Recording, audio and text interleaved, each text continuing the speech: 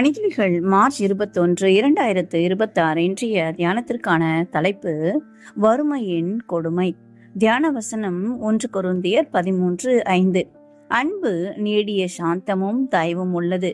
அன்புக்கு பொறாமை இல்லை. அன்பு தன்னை புகழாது, இருமாப்பாயிராது, அயோக்கியமானதை செய்யாது, தற்பொழிவை நாடாது, சினமடையாது, தீங்கு நினையாது.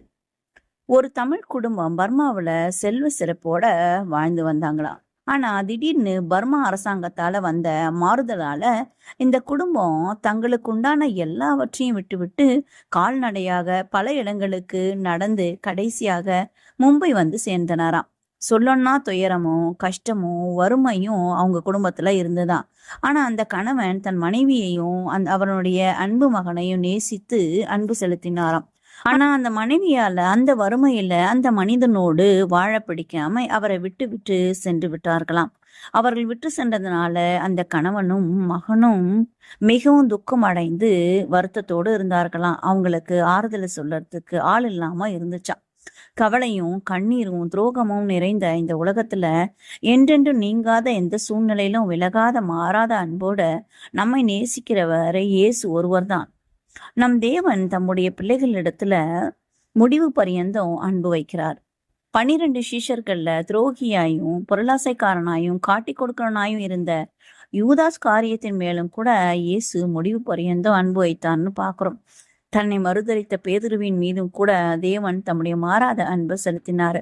அந்த அன்பு பேதுருவின் உள்ளத்தை உடைத்தது, மனம் கசந்து அட வைத்தது. அந்த ஒவ்வொரு சீஷரையும் கிறிஸ்துவுக்காக இரத்த சாட்சியாய் மறிக்க உற்சாகப்படுத்தியது. நம் ஆண்டவர் மாறாதவர். தாம் சொல்லி இருக்கிற எல்லாவற்றையும் செய்து முடிப்பார். நம் ஆண்டவர் அன்புள்ளவர், வல்லமையுள்ளவர். நம்முடைய எல்லா சுமைகளையும் அவர் சுமந்து கொள்வார். நம்முடைய பலவீனங்களையும் பலமாக மாற்றுவார்.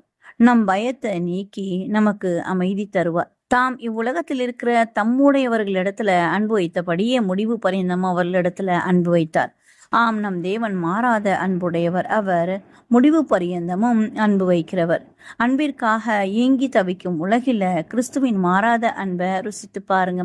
கல்வாரி அன்பு நம்முடைய இருதயங்கள்ல ஊற்றட்டும். அந்த அன்பு நம்முடைய கிரியைகளில வெளிப்படட்டும்.